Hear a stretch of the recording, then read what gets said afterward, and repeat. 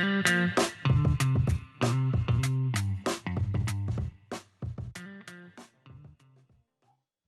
everybody. This is Rosemary Coates. I'm the Executive Director of the Reshoring Institute, and this is Rethinking Reshoring episode. Today, I'm very excited to introduce my guest, Todd Steffen, who's the Executive VP of North America for Colliers. Good afternoon or good morning, Todd. How are you? Rosemary, I'm doing well today. Thank you very much for having me on the discussion, and look forward to talking with you. Yeah, so people might not be familiar with Colliers, but just a little piece from my perspective, as we're working with companies that are reshoring or expanding their manufacturing in the U.S., they're looking for a place to do that for property, and Colliers can help in that regard. So, can you give us a little overview of Colliers and the work that you do? Sure, Rosemary, thank you. Colliers is one of the top three largest commercial real estate companies globally. We specialize in industrial real estate, which ties very well into our discussion today. We offer a suite of integrated services that are related to industrial real estate, including site selection, warehouse and manufacturing capacity planning, workforce analytics, tenant representation, of course, to get transactions completed, transportation analysis, financial analysis as well, and then take it all the way through construction, engineering, and design of the actual capacity solution. In addition, some of our clients also want to buy or sell their industrial assets. So we have a full team of capital markets experts that do property valuations, site valuations, as well as buying and selling of assets or portfolios of assets. Okay, so if I have a client that wants to set up a new manufacturing facility, say 100,000 square feet, and they don't know where to go, so they're bringing back some manufacturing and maybe expanding a new product line production in the U.S., and they maybe live in a metro area, but not sure they want to manufacture there. They're looking for a lower cost profile where there's plenty of labor available, and they come to you. How does the process start? What do they do? Yeah, great question. So our comprehensive site selection process, we call it, is essentially a 5-stage process. We start with strategic planning and criteria development. So we gather all the requirements for that either manufacturing or warehousing capacity that's going to be needed.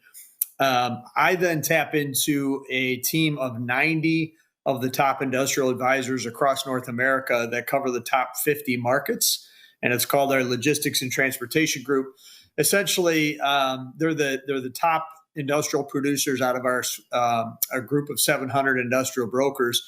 And the nice thing about working with each of these members of the logistics and transportation team are that they live and breathe their markets every day. So they know not only the offerings from a property and a site standpoint that are on market, but also those that are off market, or where land may be available for development. So we do a full-on community and site search, leveraging that team of 90 industrial professionals across North America.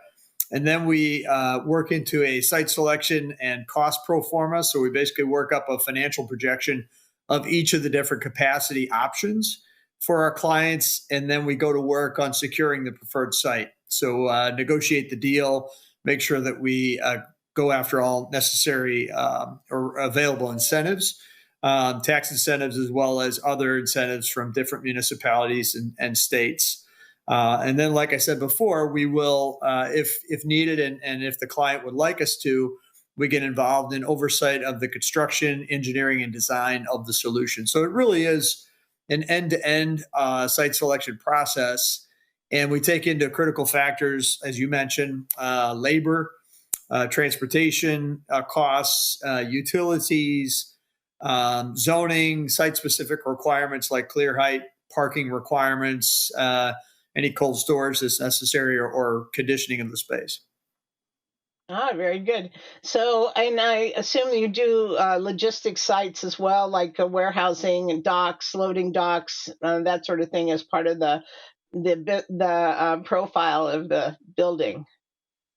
Yeah, yeah. I'm a little bit of a different type of industrial broker, if you will, or resource, because prior to joining Colliers, I worked for 25 years in both management consulting, but also spent 20 years in various supply chain leadership roles in industry. So I spent about 15 years with Walgreens and a couple of years with Newell Brands.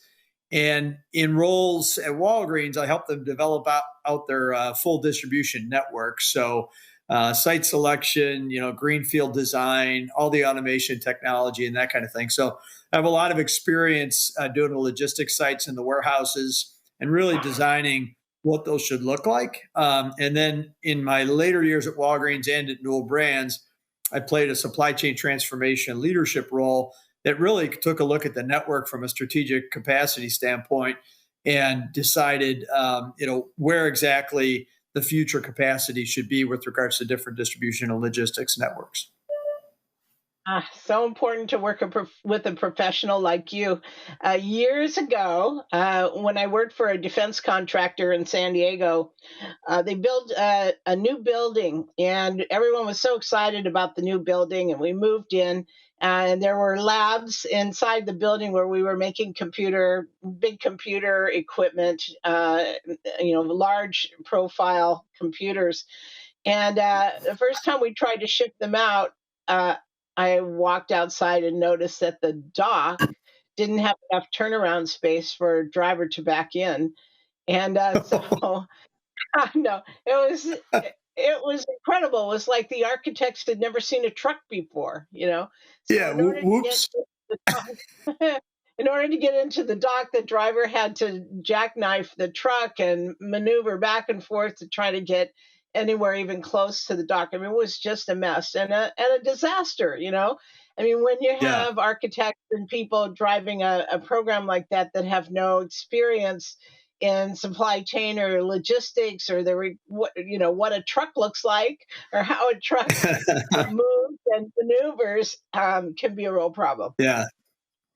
Yeah, it's incredible. I mean, the way we look at it is, we look at it as though we're going to occupy the space ourselves, and we walk through every detail from a requirement standpoint, really from an operator's lens, and that's why I like the supply chain background that I have in my past experience, because I've dealt with the layout and design of so many distribution centers across North America.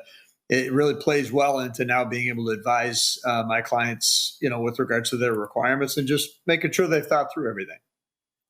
Yeah, and it's not just the requirements they have, but also how efficiently they can manage the business because of it. I mean, if you have to spend an extra 2 hours getting your truck to the dock, and that can be a real problem for for a fast moving supply chain, right? And yeah, it's Yeah. funny now. It wasn't very funny back then, I got to tell you. Now, I've No, also I'll had bet. a client in the past that was doing a site selection, and they looked at all the criteria you were talking about, and what's the best location, the best tax profile, what's the labor cost, all these things. And it came down to a couple of decision points. One was, where do the executives want to live? So it wasn't just it wasn't just where's the best the selection, but the executives had a say. They didn't necessarily want to live in some of the places that we recommended, so that Yeah. was a consideration. And then the other big consideration is they wanted to be near a university that was working on their technology, so that they could have Hmm. easy access to the labs and the development of that technology. So that was out of the blue, right? And didn't have really anything to do with the actual physical location, but a very important criteria overall for the selection process. So I guess the point is, it can be very specific to the situation or to the company. Yeah, I would agree. It's interesting. I sit on three supply chain executive committees that cover about 300 of the largest companies' supply chains across North America. They include University of Tennessee, Global Supply Chain Institute, and then RELA, which is all the retail, retail companies, and then a group called Supply Chain Leaders in Action, which is a mix of manufacturers, shippers, and logistics companies. And it's amazing when you hear the stories. Some of the site selection, call it horror stories, of how decisions actually got made across such a broad range of companies. And the examples you gave, really, they're not that uncommon, believe it or not. Where executives, want to have a nice short commute to the facility, and it's like, well, wait a minute, that's got nothing to do with the function that facility is going to play. Yeah, for sure. For sure. There's all kinds of overlaid requirements and variables and so forth. So, are you seeing any kind of resurgence in manufacturers looking for factory locations, or are any of these companies reshoring, or what's the environment like these days? Yeah, great question. So we're seeing, it's interesting, just the industrial market overall. 2021 was essentially like the peak. Since 2010, it's been growing like crazy, and right now we're still only at like a 4.5 to 5% vacancy rate in most industrial capacity across North America. So it's incredibly tight. I would say 2023 is starting to come back down to what we saw like a pre-COVID normal level of growth and capacity and absorption. But with regards to reshoring, I'm seeing a ton of activity. I've been keeping an eye on this quite a bit and tracking companies, and have a few clients that are interested in reshoring as well. And what I'm seeing is companies are going after lower transportation costs, more reliable inventory levels, better access to qualified labor. And again, if you compare our labor profile in the U.S. for as many issues as we think we have compared to other global players, we're in a good spot as far as that goes from an outlook standpoint. And then folks are looking for lower inventory levels and faster innovation and production turnaround time. So those are some of the reasons companies are looking at reshoring.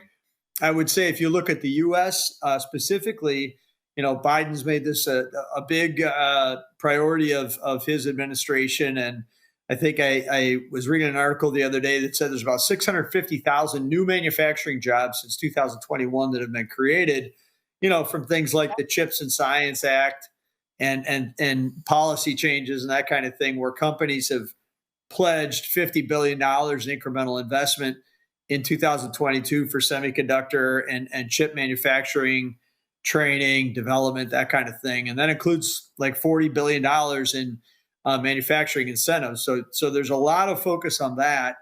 Particular sectors, specifically Micron has pledged $40 billion of production capacity in the U.S., moving from 2% of their overall capacity to 10% of the chips being manufactured in the U.S. So a lot on high tech, and then also appliances. GE has created essentially an appliance campus across the Southeast, in Georgia, Tennessee, South Carolina, and Alabama, and they're cranking out 2,400 appliances every hour.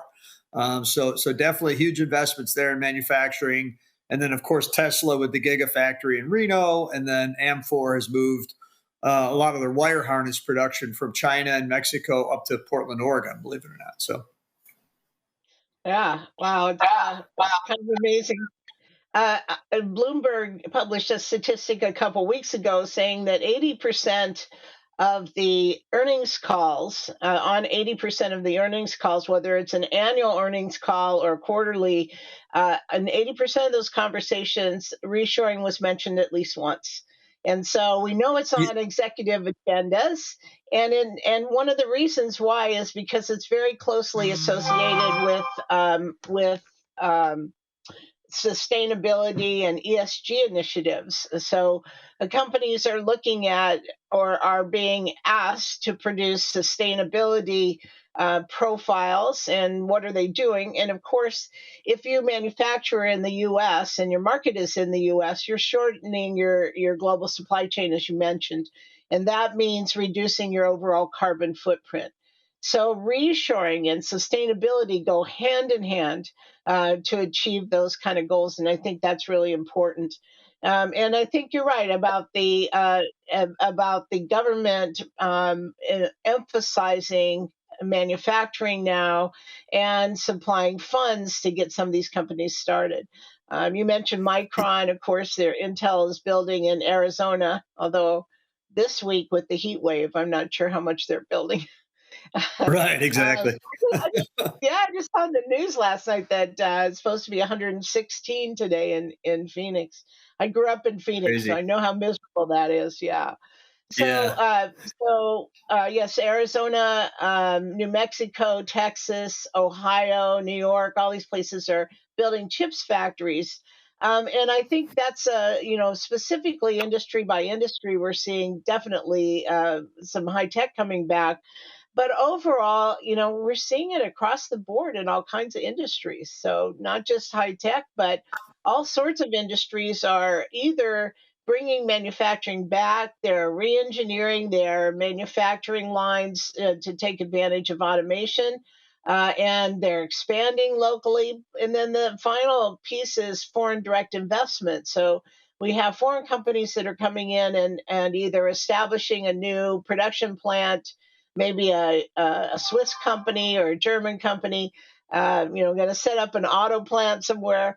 So we're seeing a lot of that kind of activity as well. So, hopefully Yeah. it's going to be both of us, right?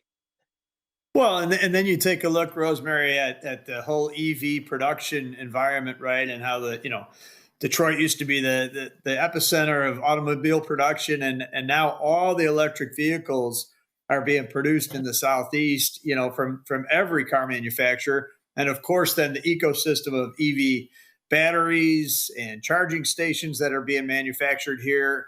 It's really created quite an incredible growth engine for the Southeast.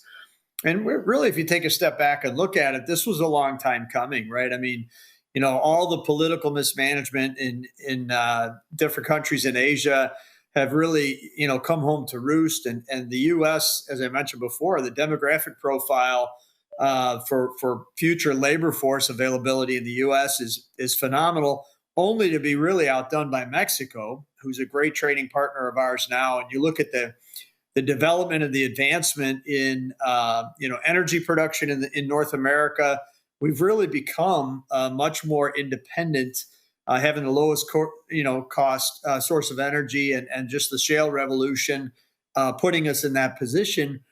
And the open trade with Mexico, and taking a look at the growth down in Laredo, it's amazing, right? I mean, you can have a production plant now down in Monterey, like Lego and Mattel and Tesla are expanding all their footprints down in Monterey, and getting freight delivered anywhere across the border here, usually within about 24 hours versus 2 to 6 weeks. Coming across the ocean and dealing with all the disruption that we learned about from COVID. And when you look at the volumes just going through Laredo, I mean, it's amazing. It's about 40% of the Mexico-U.S. volume. So it's not just on the U.S. side of the border. It's really on both sides of the border that I see this manufacturing resurgence happening. Okay, yeah. So we've been doing quite a bit of work at the Reshoring Institute on cross-border commerce, and looking at all the commercial crossing points along the border recently. In fact, on a previous episode, I interviewed an economic development guy from Brownsville, Texas, and the Okay. border crossing that area, and of course they're close to an ocean port as well. So there's a lot of crossing information there.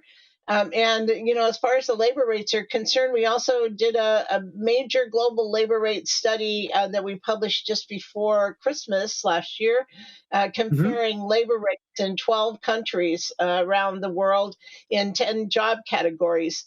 And what we found was that China is no longer the low cost country. It's kind of smack in the middle. And on Yeah. the low end is Vietnam, India, and central Mexico. So not so much along the border, but central Mexico. So the labor rates are really cheap in Mexico, which, if you have a supply chain that includes a lot of labor content in your product, then you need to look for a low cost labor environment like central Mexico. And it makes it a a really nice trading lane kind of approach with USMCA and being able to move those products that are actually the growth or produce of Mexico into the U.S. duty free. So Yeah, absolutely. you can't just bring a kit from China into Mexico and assemble it and call it Mexico made in Mexico. It actually has to be the labor and the parts and components that come from Mexico in order to qualify for duty free entry into the U.S. So that's another Absolutely. complicated issue. You Yeah, guys also definitely. Customs you're compliance. worldwide. You deal with properties in Mexico as well, right? Absolutely. Yeah. Our North American team for industrial is really unmatched. We have phenomenal team in Canada and Mexico. And then, of course, as I mentioned, the top 50 markets in the US covered as well. And when you take a look at just the in-depth insights that are necessary to operate in some of these markets, like Toronto, for example, they're operating at less than a 0.5% vacancy rate.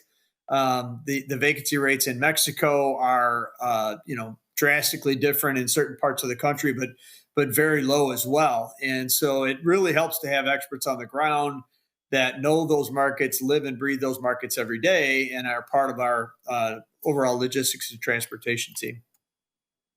So you have vacancy rates, but also new building, right?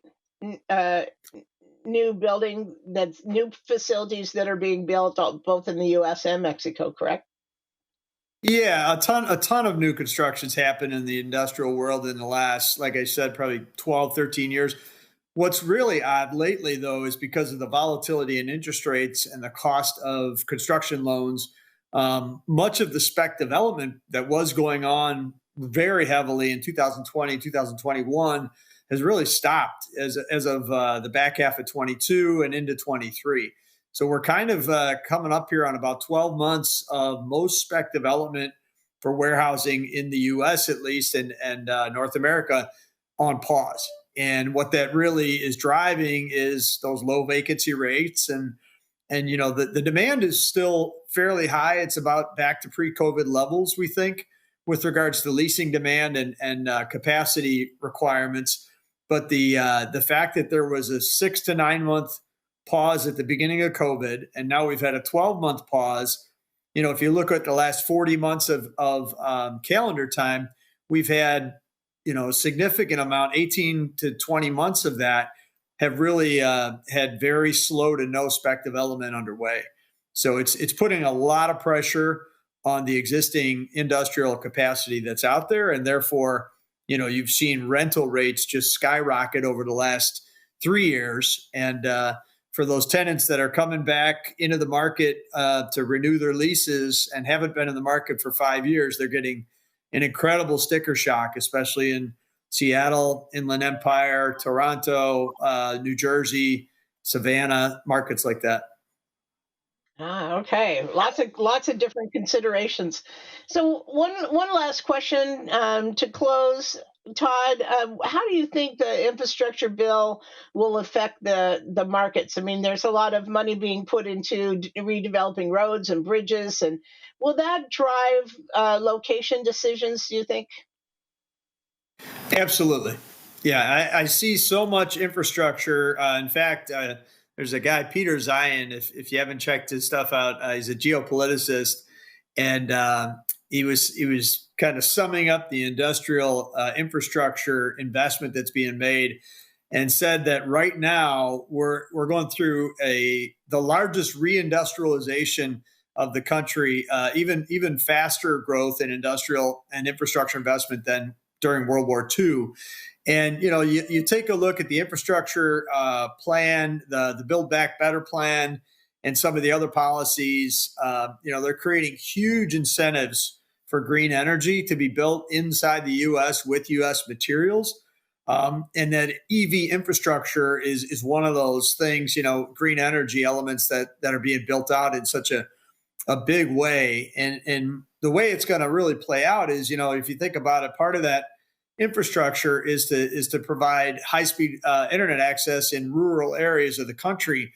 and it's going to allow the populations that have really migrated from the Midwest and Northeast down to the Southeast to spread out a little bit, and outside the major metro areas, and that's gonna create a little bit of friction in the industrial distribution network as well, because those people aren't going to be necessarily all centered in the major metro areas. So it's going to have to require, I think, more last mile delivery capacity out into the rural areas. And I think it's also going to, it's going to be something we got to keep an eye on with regards to where people are locating around the coasts, right? I mean, there's been so much disruption with regards to weather events and things like that, and it's people are eventually going to grow tired of that or not be able to afford to live, I think, traditionally where they have lived in some of the coastal areas. So we're gonna see the infrastructure bills and plans, I think, need to address that as well, kind of the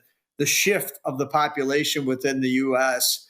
But if you look at the infrastructure investments, we're looking at $7.5 billion granted for EV charging stations. That should get us about another 500,000 EV charging stations, which is probably about half the way there of where we need to get to. Yeah, that's really important for both the trucking industry as well as all of us consumers who are likely going to be driving electric vehicles here in the future. Well, Todd, Oh, it was absolutely. delightful. It was delightful talking to you today and so interesting. How do people reach you if they have some work they want you to do or are interested in talking further with you? Yeah, Rosemary, thank you very much for the time as well today. It's been a pleasure talking to you. My email is todd.steffen@colliers.com. That's probably the best way to reach me. Obviously, LinkedIn is always available, and chatting on there and posting all the time. And then, my cell phone is a pretty popular way to get hold of me. All right. Thank you so much again. Really appreciate it. Great episode. I think very thoughtful, and hopefully we'll move forward with rebuilding America through reshoring. Have a great You day. got it, Rosemary. Thanks so much.